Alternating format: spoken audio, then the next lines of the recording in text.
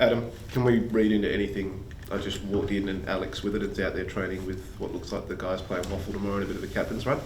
Yeah, you can read into that if you like. Yeah, like I know the team's coming out this afternoon. You guys, we're all new again this season, so waiting till the final team's out's what I'd like to do. But I get the questions when we put a squad out and there's guys on the bench and guys with question marks. So yeah, Alex will play waffle this week, and Jermaine Jones will come in, and Harry Barnett will play.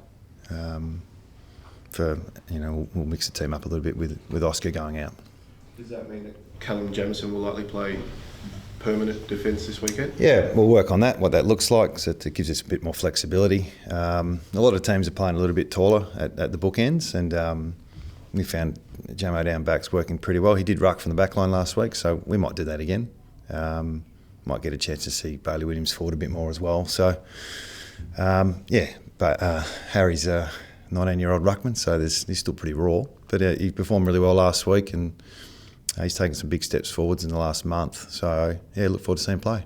What did you see in Harry that told you he's ready? I know he's played, but he played out of necessity pretty much. Last year he was a sub. He was a sub last year. That's how he debuted. He's a lot of work to do, but he didn't miss a session all pre-season, so he's fit, and he's just competing a bit harder in the ruck, and he's getting rewarded for it. So he's not the finished product, but that's what you'll see as the year develops. Some of our younger players getting opportunity, and some will be ready and some will take a bit of time, but that's where we're headed. You talked about not being able to keep the ball in your forward half. Yeah. They're pretty good at coming out of the... Pretty good. They're pretty good, but it's a goal of ours to get better at that. So it doesn't matter who we're playing, we want to be better. Last week I thought we did some things that I think we all saw a little bit of improvement with, the stoppage work, the contest work. But there's some stuff we've got a lot of work to do. So keeping the ball in our front half, getting it there is the first thing you got to do. So we're still a bit low on those numbers. But that's what we're working on. It's not going to be the finished product, obviously. But as we develop and grow, we need to be good at these things. So, we should start that now. So with Jermaine coming in, is the intent that he plays back instead of Alex, or would you look at him as a bloke who might apply pressure at the other end? Oh, I think he'll play back. I know he'll play back. So he'll play back. Just getting some speed off the half-back line's important. I think we're all aware of that. So there's some things that we've got to keep working through. And last week we were good in some areas and poor in others, and we've mixed the team up a little bit. But that's not unusual. Again, at the risk of reading into something a bit too much, Jack Darling named on the bench, essentially. Is that a message at all to him or any of the senior players after not really. a great performance? No. He can play better than last week, but no, not really a message. So he trained really well yesterday. He looks up and about, so expect a good performance this week. So he will play? Yeah. How is that juggling act now in this transition where you've got guys like Gaff who are unfortunately out of form, you've got young guys hungry for a game? Yeah. How tough are these conversations in the future are you expecting to have? It's a good question because you don't shy away from those conversations. I just haven't had them for a couple of years. So, I think we had 41 players train yesterday. So, yeah, there's some disappointment around Oscar and Elijah. And there's 4 or 5 players who aren't ready to play, but they're training. So having some selection pressure is great. Every club has it. So we just haven't had it the last couple of years. So, performance gets you your opportunity, performing well. And if you don't perform well, then, we've got to look at who's next. So whether it's old or young, it doesn't matter. We don't just give games away, but we're also aware that we're rebuilding and we want to get some games into some of our players, but we've sort of got to be ready for it as much as we can. So yeah, that's just where we're at. How is Oscar? Yeah, he's disappointed. We're all disappointed, but and look, it's a bit of an indefinite injury, and we're hoping it's maybe an 8 to 10 week return. But when you got bone bruising, it's just hard to judge. So please don't be too critical on us if we can't give you an exact return date. It's a difficult one. So he's getting a minor clean up today, which won't affect his return. But once, we'll look at it again in 4 weeks, and if it's tracking well, we'll get him going. But if it needs a bit more time, we'll give him a bit more time. So, yeah, he's disappointed. We're all a bit disappointed, a bit shocked really, because it was, he got through the game pretty well. So yeah, we'll manage that as best we can. Same with Elijah. It's just we've held off on him for a long time getting surgery, just trying to look after the 19-year-old body. But he needs the surgery, so we'll get that done, and he'll be back when he's ready. Is Oscar's a single impact thing that's had a reaction, or is it a build of stress thing? I'd say stress related is more a build. But I'm out of my league talking about the specifics behind the medical part. But bone stress is normally a build up of stress. So I'm assuming it's that. And there's a bit more to it, which I probably can't go into because I'll bugger it up. But he's had a minor clean up today. But we're largely waiting on the stress to heal. What was the deciding factor with Elijah? I know at the start it was conservative, and then at some point he might need surgery. What kind of tipped it over the edge? It just wasn't getting better. The last resort, we did everything we could. We sent him everywhere because there's guys who've got through this without surgery, and then there's guys who have needed it. And we just thought we'd do everything we can to avoid the surgery. So I think we've avoided it with one of the feet because it's in both. But the other one, it's just got to the point where he wasn't improving, and everything we tried wasn't working. So just had to bite the bullet. And that's sesamoid artery, so the removal of the sesamoid bone. There's no other fracture. Once again, I'm out of my league here, but I'm sure. I think it's a bone that sort of splits in two, and it happens to 10% of us. And when you're an athlete, that can cause some stress. So, do you settle it with how you strap your ankles, your boots, all that sort of stuff, your running gait, or do you just chop it off? And I think we've gone with the chop it off.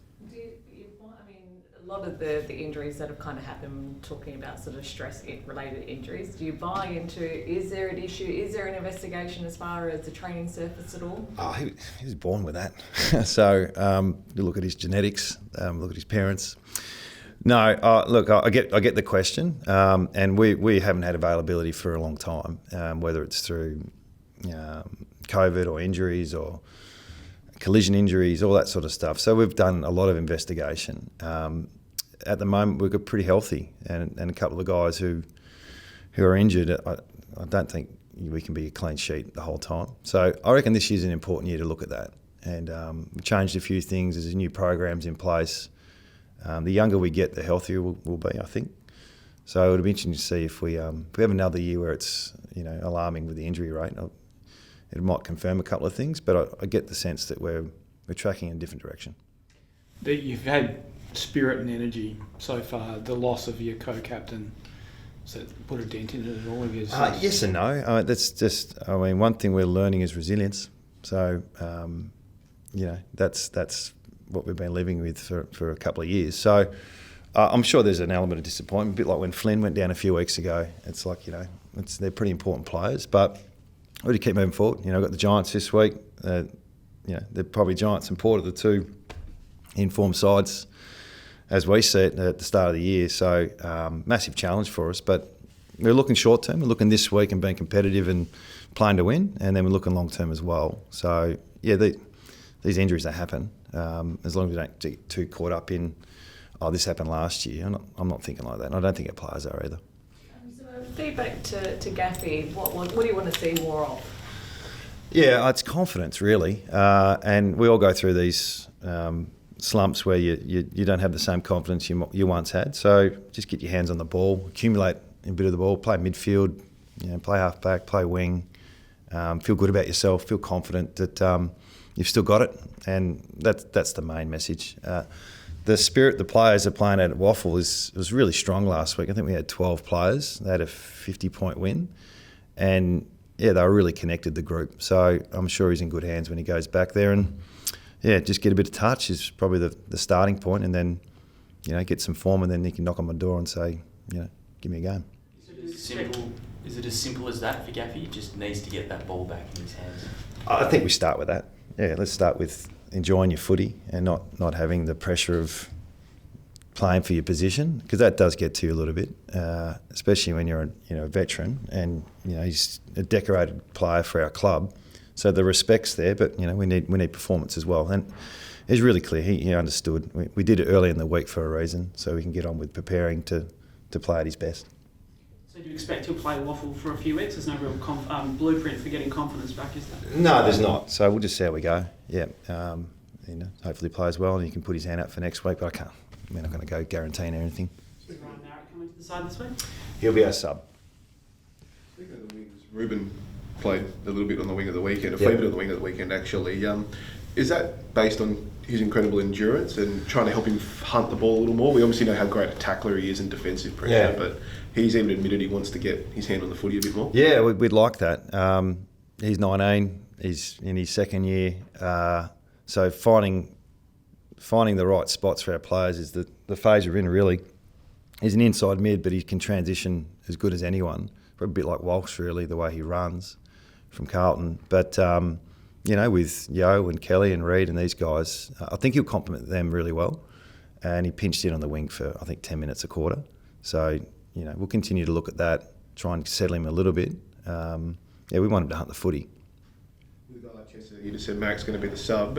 He must have been really impressed with the energy he brought at the weekend in, I think 37 minutes. Do you just want to see that for just a longer period of time? Is that essential? Campbell? Yeah, look, going into the selection process, going into round one, I don't think he really put his hand up in a way that his form demanded him to play. But when he came on as a sub, which is difficult for young players, he just brought the energy and brought his strength. So it was a pretty easy decision in the end. And I think he goes into this game with a lot more confidence than perhaps he would have if he had played round one, that he can actually produce what he did. So hopefully we see another of a 4-quarter effort this week with that. Do you have to do something about Sam Taylor? Yeah, he's not alone. There's a few there. I mean, the way they bounced off half-back against North was, it looked really hard to stop. And we had our issues against Port with that. So, we got a good little audit on that. And it might even go up another level with the way they use the ball, and their energy in offence is pretty high. And then their back six and players like that, we put a bit of time into Aliir last week, and it worked okay for us. Whether we do that this week or not, we'll wait and see. History says Jack will actually go okay. Does it? Yeah, he goes all right. Yeah. When he doesn't, when he's not having to play, right-hand man to Josh or right-hand man to Oscar. Oh, when he's on his own? Yeah. Okay. So I should have dropped Aussie. Does it simplify? Does it simplify his role a little bit? No. We're not judged our forwards on goals. It's impact, so it's everything. It's pressure. It's how connected you are with the other forwards. The impact on the game is really important, but there's more to it. And he's a leader. He went up to lead as well as he plays. So we're not necessarily looking for a 5-goal haul. We're looking for that forward line to work together and not only attack but defend well. Because I thought last week we just didn't defend that front half well enough, and he's part of the solution. You're thinking about playing Bailey forward a bit. Yeah. Is that partly about knowing that you don't want Sam Taylor just to go onto someone and absolutely nut them? No, we've been doing that. We've been thinking about Bailey for a while. Look, he did okay in the ruck on the weekend. Actually did more than okay, but we're still minus 20 odd in hit outs, and hit outs to advantage are important. I thought as a unit we did a pretty good job.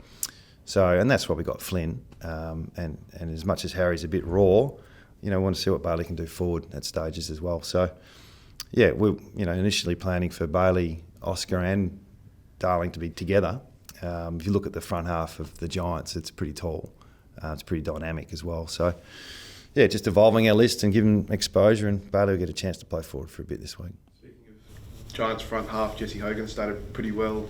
Yeah, Tom had a bit of a rough day or a bit of a rough half, I suppose, on Charlie. It's a lot better in the second half. Do you still back someone like him to rebound? He's got history. Yeah. I thought Charlie took some grabs, really strong marks last week. Looking back in the vision, I don't know if Tommy could have done much about it, but he had a fair impact in the first half, and we've got to get a bit better at that as well. But every week we're going to confront all Australian forwards, and Hogan's one of them at the moment.